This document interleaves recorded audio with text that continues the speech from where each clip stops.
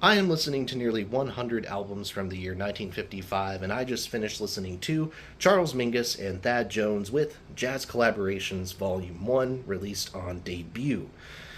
The third Charles Mingus record from 1955 that I've talked about, all of them have been, in their own way, collaborative records, and I do tend to think this is the weakest of the bunch. Not because there's anything particularly wrong with it, but compared to the other two records, which are very much Mingus working as a band leader, this record is marketed as a collaborative record, and it is in the sense that this feels like what it sounds like if Mingus were just contributing to another person's sessions. Thad Jones, the trumpet player, is kind of the feature here, and he's a very good trumpet player. He's a great trumpet player, and I'm not going to take anything away from him there. But the material that we get here, for the most part, is fairly standard bop fare, not too dissimilar from what you might hear on like a Miles Davis Prestige session or something like that around that time.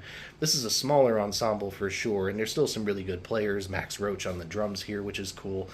But this feels kind of like some of the early Mingus records, where it feels more like a traditional bop session than anything else.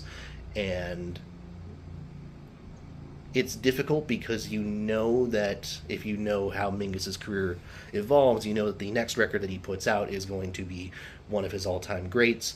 And I don't want to judge this album too much based off of what is to come, but admittedly, when there's a lot of other great bop music in the year 1955, I don't think this is one that is going to be very high on my revisit list.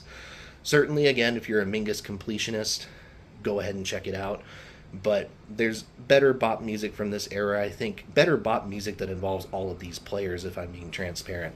So, not stellar, not great, but for a fairly decent listen. Jazz Collaborations, Charles Mingus, Thad Jones. Not bad, but better things are in store for Mr. Mingus, as we will find out.